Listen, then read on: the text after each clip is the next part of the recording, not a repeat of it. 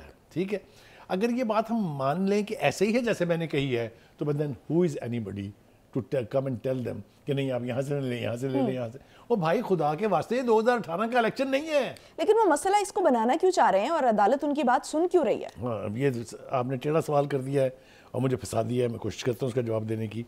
جب لیڈرشپ 3 حصوں میں ڈیوائیڈ ہو گئی ہو, ایک پارٹی چھوڑ کے چلے گئے ہوں جو مبنی ہے لارجر نمبر آف الیکٹیبلز پر, ٹھیک ہے, جا چکے ہیں نا, دوسرے کونسلوں میں چلے گئے ہیں, جہاں سے آئے تھے وہیں چلے گئے ہیں. دوسرا جیلوں میں ہے لیڈرشپ, چاہے وہ عمران خان صاحب ہیں, جو شاوند قریشی ہیں, جو اسد عمر ہیں, فہد چودھری ہیں, جو بھی لوگ تھے وہ جیلوں میں ہیں. اور تیسری ایک بڑی تعداد جو ہے وہ مفرور ہے, بھاگے ہوئے ہیں. وہ جو خون کی ندیاں بہ جائیں گی, وہ عمران خان ہمارا ریڈ لائن ہے, وہ باہر جائے گی, وہ لائے گی, وہ منہ پہ مارے گی, وہ کدھر ہیں وہ بہادر شخص, وہ جو جانباز تھے اور جو اتنے بڑے جنگجو بنتے تھے, ویئر آر دے ہائیڈنگ.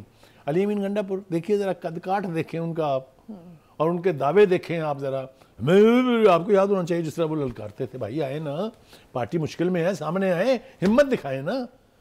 پارٹیاں وہی لوگ چلا سکتے ہیں جن میں ہمت ہو, جو چکی پیسنا جانتے ہوں. یعنی اب آپ کہہ رہے ہیں کہ وداؤٹ لیڈرشپ جو پارٹی ہے, مین لیڈرشپ تو اس طرح سے 3 حصوں میں ڈیوائیڈ تھی, وہ الگ ہو چکی ہے, لیکن اب جو لوگ باقی رہ گئے ہیں وہ اس کو ڈویژن میں چلا رہے ہیں اور اپنی مرضی سے فیصلے کر رہے ہیں. ایک اور آسپیکٹ میں نے کہا نا کہ جب لٹ پڑ جاتی ہے نا پارٹی میں, جس کا میں نے بھی آپ کو تفصیل بتائی, کچھ مفرور ہیں, کچھ جیلوں میں ہیں, کچھ بھاگ گئے ہیں, کچھ چھوڑ گئے ہیں, تو پھر جو ہے نا ہر بندہ اپنے آپ کو لیڈر سمجھتا ہے. ابھی اس کی طرف بھی ذکر آئے گا, ابھی اس تک پہنچ جائیں. جو عدالت ہے جس نے فیصلہ دیا لاہور ہائی کورٹ نے, اس نے 2 چیزوں کو جواز بنایا ہے. ایک تو اس نے کہا کہ جی الیکشن کے اوپر کروڑوں روپے خرچ ہوتے ہیں, اور آپ الیکشن کرائیں, اس کا نتیجہ 2 بڑی پارٹیاں نہ مانیں, تو پیسہ ضائع چلا گیا نا. دیکھیں نا کتنی بڑی زیادتی ہے. وہ کہہ رہے ہیں کہ یہ تو پیسہ ضائع ہو جائے گا.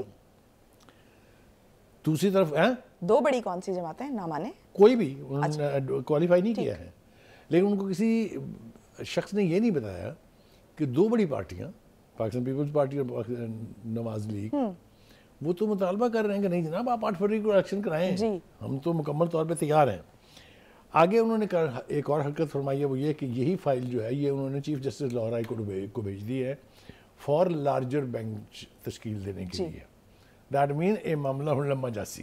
ٹھیک ہے جی, چلیے جناب اب آ جائیں کہ اس کے اوپر, اس فیصلے کے اوپر رد عمل کیا ہے. سب سے پہلے تو شہباز شریف صاحب بولے, انہوں نے کہا کہ جی یہ حرکت جو انہوں نے کی ہے, پٹیشن لے کے گئے ہیں, فیصلہ کرایا ہے, یہ الیکشن سے بھاگنے کی منصوبہ بندی ہے. کیونکہ ان کے پاس لیڈرشپ نہیں ہے, ان کے پاس مجبوری ہے کہ وہ وکیلوں کو ٹکٹ دے رہے ہیں. وکیلوں کے کہنے پہ کون نکلے گا اپنے گھر سے جلسہ کرنے کے لیے یا ووٹ دینے کے لیے؟ یہ سب کو سمجھ آتی ہے بات. تو ان کا خیال یہ ہے کہ یہ دوہری پالیسی جو ہے وہ چلا رہی ہے, منافقانہ بھی ہے, دوہری بھی ہے, دوگلی بھی ہے. ملک احمد خان صاحب جو ہیں, میں نے جیسے کہا کہ انہوں نے ایک پریس کانفرنس کے بیچ آج کچھ صبح تقریباً گھنٹہ بھر وضاحت دی ہے کہ الیکشن کمیشن کے کیا اختیارات ہیں, اور اس حوالے سے الیکشن کمیشن کو کیا کرنا ہے یہ کوئی سیاسی جماعت ڈکٹیٹ نہیں کروا سکتی. وہ الیکشن کمیشن کا اختیار ہے, اسی کی اتھارٹی ہے, وہ اچھی طرح سے سن چکے ہوں گے. دوسری طرف جی نواز شریف صاحب جو ہیں وہ بھی اپنی تمام خوفناک مقدمات میں بریت کے بعد, ایک تو obviously وہ خوشی ان کے اندر ان کے الفاظ سے چھلکتی ہے, بڑے دھڑلے سے میدان میں آ چکے ہیں. جی ہاں, اور مگر وہ یہ کہہ رہے ہیں کہ ٹھیک ہے میں بدلہ کوئی نہیں لوں گا, نہ میں انتقام لوں گا, پر ان کا احتساب ضرور ہونا چاہیے جنہوں نے میرے ساتھ یہ کیا ہے. اور ساتھ وہ یہ کوالیفائی کرتے ہیں کہ یہ میرے ساتھ نہیں کیا انہوں نے, یہ تو پاکستان کے ساتھ ہاتھ ہو گیا. قیمتیں بڑھ گئی, معیشت تباہ ہو گئی, جان کے لالے پڑ گئے وغیرہ وغیرہ, وہ سارا کچھ اس کو کہتے ہیں. اور انہوں نے آج ایک اور اسپیسیفک بات کی ہے, اور وہ یہ ہے کہ میرے خلاف سازش کا آغاز 2014 کے دھرنے سے ہوا اور 2017 میں میری نااہلی پر ختم ہوا. تو اگر آپ ان کو یعنی ان کے صورتحال سے شناسا ہیں, جانتے ہیں کیا ہوا ان کے ساتھ, کس طرح وہ یہاں ملک سے باہر گئے, کس طرح پھر وہاں سے انہوں نے واپسی کا فیصلہ مؤخر کر دیا, یہ ساری چیزیں ہمارے سامنے ہیں. لیکن وہ ان حالات میں گئے تھے جب ان کے خلاف ایک وچ ہنٹ جو ہے وہ جاری تھی.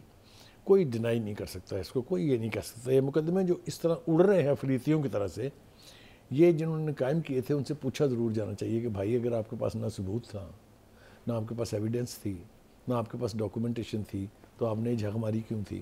ان کی تو یہ فیٹ ہونی ہی تھی. تو اینی وے, بس جب وہ ایک لیڈرشپ کو اگر مائنس کرنے کی کوشش کی جاتی ہے تو وہ ہر 4-5 سال بعد وہ اس کی جو حقیقت ہوتی ہے وہ واپس سامنے آ جاتی ہے.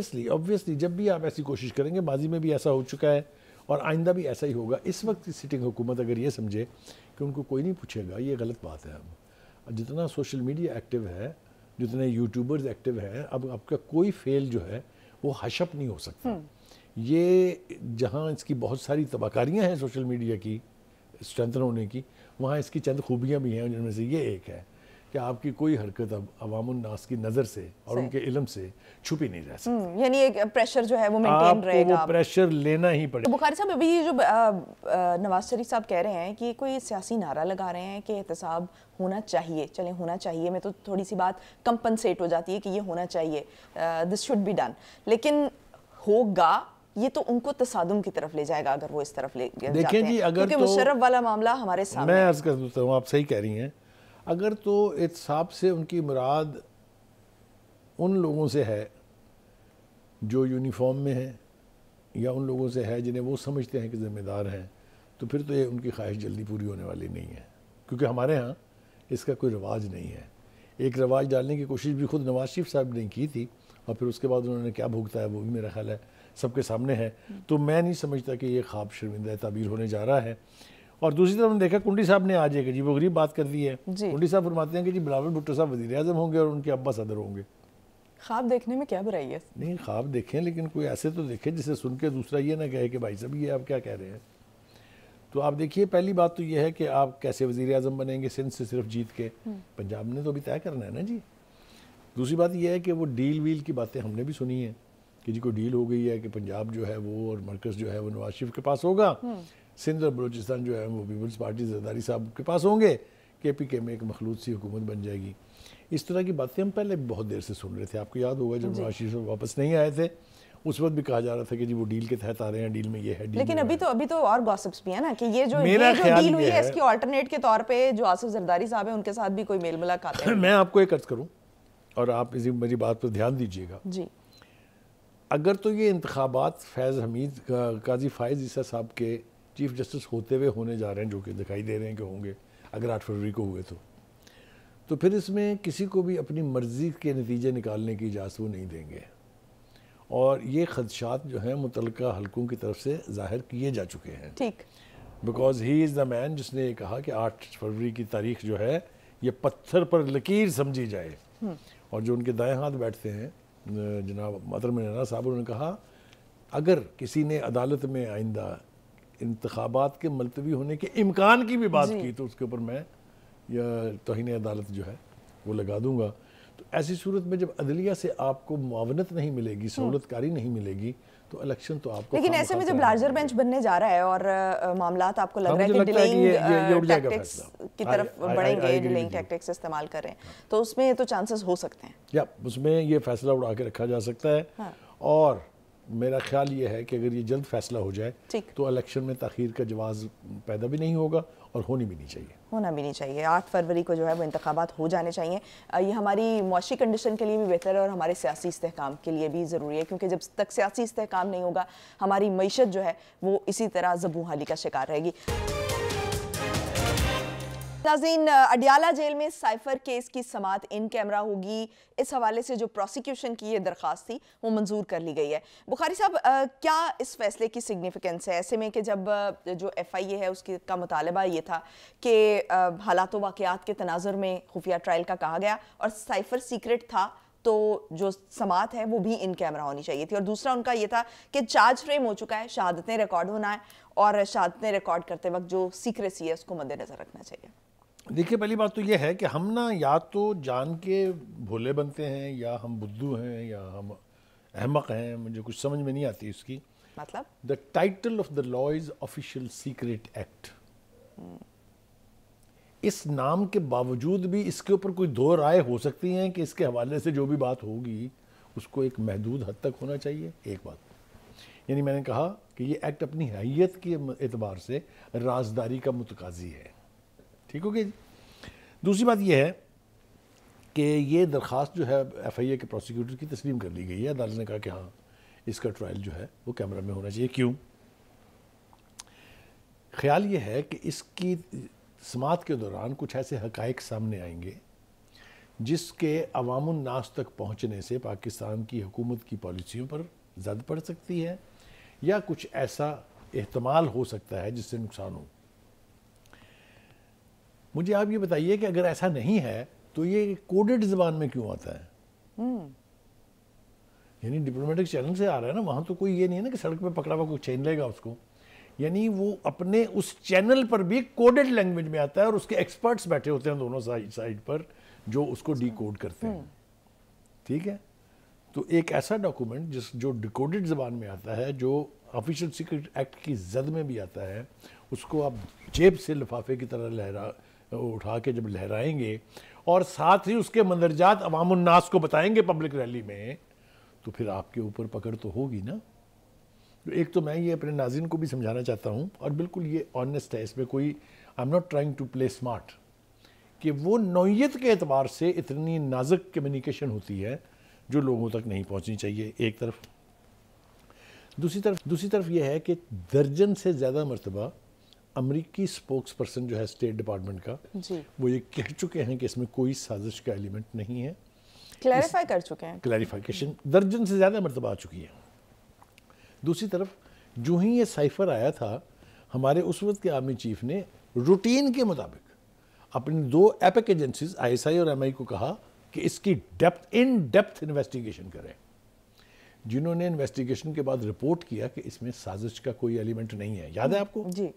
اس کے بعد ایپیکس کمیٹی کے 2 اجلاس ہوئے. نیشنل سیکورٹی کونسل جو ہے کمیٹی ہے, کونسل نہیں ہے, نیشنل سیکورٹی کمیٹی کے 2 اجلاس ہوئے جس میں عسکری اور سول قیادت, الیکٹڈ ریپرزنٹیٹیوز کی, پارلیمنٹ کے نمائندے اس میں بیٹھے. انہوں نے 2 اجلاس میں تفصیل سے اس پر بحث کے بعد اس نتیجے پر وہ پہنچے کہ اس میں الفاظ کا استعمال غلط ہے, الفاظ کا چناؤ غلط ہے, الفاظ میں ایسا سختی موجود ہے, لیکن اس میں سازش کوئی نہیں ہے.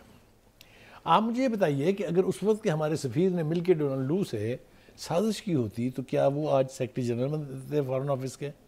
فارن سیکرٹری ہے نا. ٹھیک ہے, ایک بات. دوسری بات یہ ہے, کیا آپ سمجھتے ہیں کہ امریکہ اتنا بدھو ہے کہ وہ اپنے ایک 3rd سیکرٹری لیول کے بندے کو کہے گا کہ آپ پاکستان کے ایمبیسڈر کو بتائیں کہ ہم آپ کے خلاف سازش کرنے لگے ہیں اور ہم حکومت کا تختہ الٹنے لگے ہیں. Who are you fooling? You are fooling yourself only, which is the very most unfortunate part of it. دوسری بات یہ ہے کہ آپ دیکھ لیجئے گا کہ اس پروسیڈنگ سے جو نتیجہ نکلے گا وہ بھی آپ کے سامنے آ جائے گا. وہ اس سے مختلف نہیں ہو سکتا جو اب تک ہمیں بتایا گیا ہے. ڈیمارش ہونا تھا اس کے اوپر کہ آپ ہوسٹ کنٹری جس نے وہ سائفر بھجوایا ہے وہاں ان کو کہیں کہ بھائی صاحب ذرا تمیز سے, یہ بات کرنے کا کوئی انداز نہیں ہے جیسے ہم عام زندگی میں کرتے ہیں. تو یہ اس کو ڈیمارش کہتے ہیں. ڈیمارش بھی کر دیا گیا تھا کہ بھائی تمیز سے, تمیز سے. It's a diplomatic soft protest کہ بھائی صاحب آئندہ نہیں کرنی ہے, آپ نے بڑی زیادتی کی ہے. ٹھیک, لیکن جو علیمہ خان ہیں وہ یہ کہہ رہی ہیں کہ ہم برطانیہ میں کیس کریں گے اور بھٹو صاحب کے کیس کے ساتھ اس کو جوڑ رہے ہیں. اچھا, میں آنے والا تھا اس کے اوپر, لیکن آپ پہلے مجھے کھینچ لائی ہیں. ایک تو میں پوچھنا چاہتا ہوں کہ علیمہ بی بی یہ بتائیے کہ یہ آپ کو کس نے کہا ہے کہ ان کو پھانسی ہونے جا رہی ہے؟ ابھی تو مقدمہ شروع نہیں ہوا, ابھی تو پروسیڈنگ سٹارٹس نہیں ہوئی ہے, ابھی تو کسی جج نے کوئی ایسا ریمارکس دیا نہیں ہے. یہ آپ کو کون بتا رہا ہے؟ تو کیا ان کو پہلے سے پتا ہے کہ انہوں نے اتنا سنگین جرم کیا ہے؟ یہی تو سوال میں ان سے پوچھنا چاہتا ہوں کہ کیا یہ آپ کے اپنے اندر کا ڈر ہے یا آپ کو کچھ ایسے شواہد نظر آئے ہیں؟ تو کچھ پوری بات بتائیں نا. دوسری بات یہ ہے کہ آپ نے 9 مئی جو ہے وہ برطانیہ میں نہیں کیا, 9 مئی یہاں ہوا ہے. Incident is local. لوگ جو اس میں انوالو تھے وہ دوسرے ملکوں سے نہیں آئے تھے, وہ پاکستانی تھے. So this is a writ of the state کہ جہاں جرم کا ارتکاب ہوا ہے اور جن لوگوں نے کیا جو وہیں کے ہیں ان کے خلاف وہ جو بھی کارروائی کرے اس کو میری وزڈم میں انٹرنیشنل کورٹ آف جسٹس میں نہیں لے جایا جا سکتا. However, having said that, ذرا پیشنس رکھیے, انتظار تو کر لیں تھوڑا سا, مقدمے کا نتیجہ تو نکل لینے دیں, ممکن ہے ان کو ایسی سزا نہ ہو. تو دوسرا جو اس کے حوالے سے جو اہم بات ہے وہ یہ ہے کہ بھٹو کے راستے پر چلایا جا رہا ہے. خدا کے واسطے نہ کریں اتنی زیادتی آپ. Bhutto was a different kind of a leader, اس کا اسٹیچر بھی بہت ڈفرنٹ تھا. وہ اس طرح سے اس کو فوج لاڈلا بنا کے نہیں لے کے آئی تھی, بہت ساری چیزیں مختلف ہیں.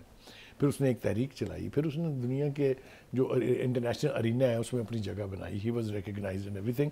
اس کے اوپر کسی وقت ضرور بھٹو صاحب کی ذات کے اوپر بات کریں گے, لیکن یہ ہے کہ بھٹو کے راستے پر اتنی آسانی سے وہ کیوں لے کے جائیں گے؟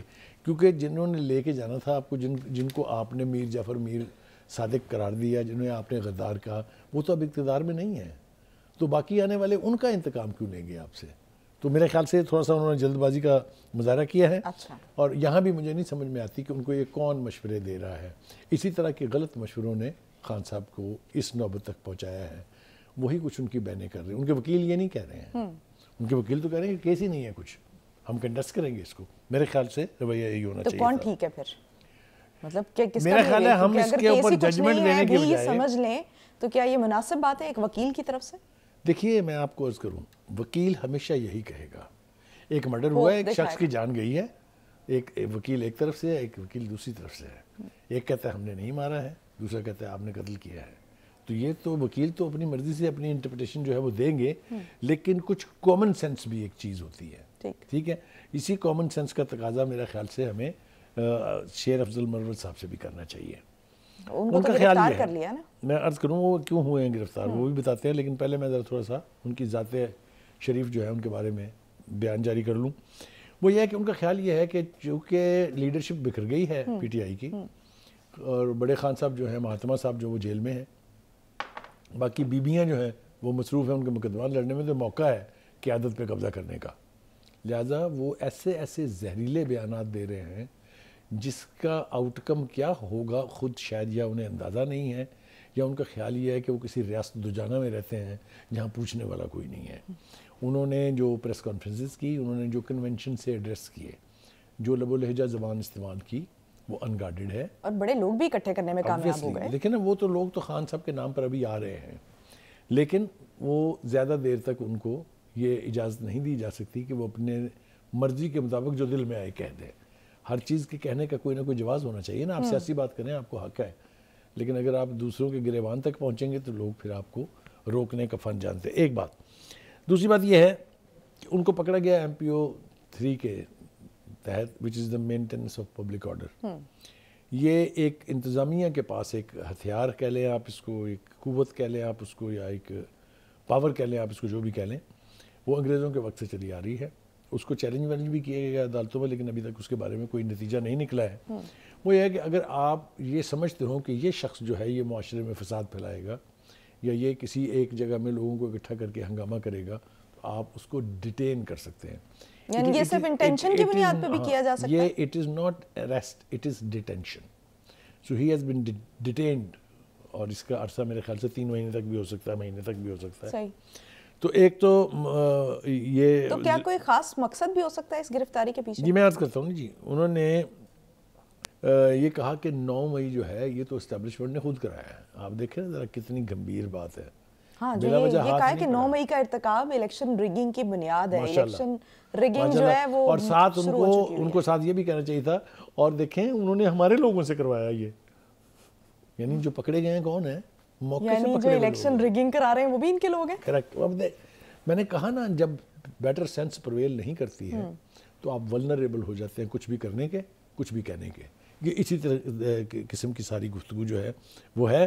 وہ کہتے ہیں کہ جی ہمیں لیول پلینگ فیلڈ نہیں مل رہی ہے, میں چھپ کے اسکوٹروں کے اوپر بیٹھ کے کنونشن میں ایڈریس کرنے جاتا ہوں, بلاول زرداری صاحب جو ہیں وہ ہیلی کاپٹروں پہ آ رہے ہیں, دیکھیں جی کتنا ظلم ہے. تو یہ نوبت کو بھی آپ خود پہنچیں اپنی حرکات سے, اس میں کسی کا کوئی قصور نہیں ہے.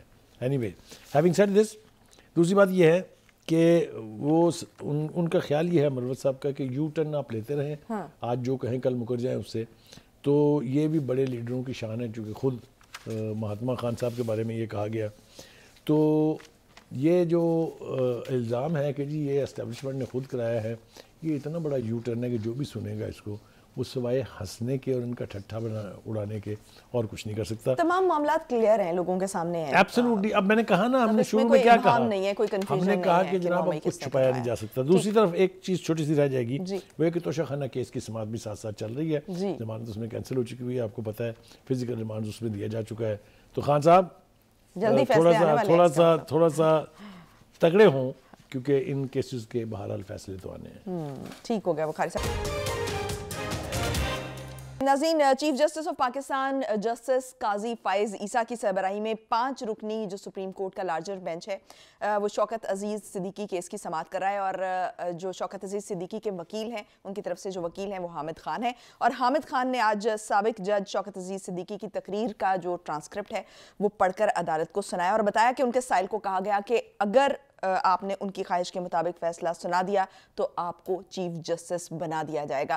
کس نے یہ کہا اور یہ کیا معاملہ ہے، بخاری صاحب سے جانتے ہیں. بخاری صاحب، آج کی سماعت میں جو ایک الزام لگایا گیا اور جن پر الزام لگایا گیا اور کس طرح سے ان کو ایک فریق بنانے کے لیے 1 روز کی مہلت بھی دے دی ہے اور کل تک یہ سماعت جو ہے ملتوی کر دی ہے، کیا ہونے جا رہا ہے؟ دیکھیے، پہلی بات تو یہ ہے کہ شوکت صدیقی کیس جو ہے یہ ایک پرانا کیس ہے جس کے اوپر بندیالی جو عدلیہ تھی وہ انڈے دینے بیٹھ گئی تھی اور اس کو سماعت کے لیے مقرر نہیں کیا. انہوں نے سال بھر سے زیادہ کا عرصہ جو ہے وہ گزر چکا ہے. اب بالآخر وہ آ گیا ہے تو اور مجھے خوشی ہے اس بات کی کہ ایک بڑا بینچ بنا کے اس کی ہیئرنگ کا آغاز ہو گیا ہے.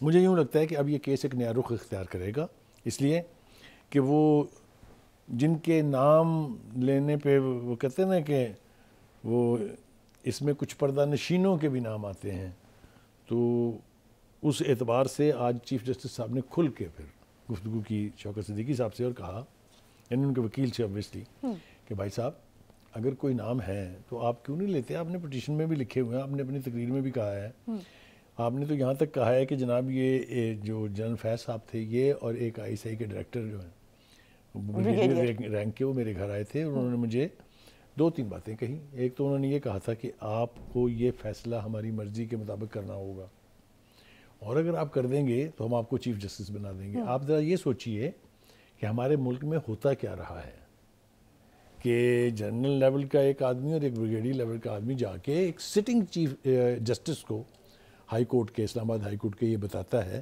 کہ اگر آپ یہ فیصلہ ہماری مرضی سے کر دیں ہم تمہیں چیف جسٹس بنا دیں گے. یہ کون سی دنیا میں ہوتا ہے، کہاں ہوتا ہے؟ مجھے سمجھ نہیں آتی اس کی.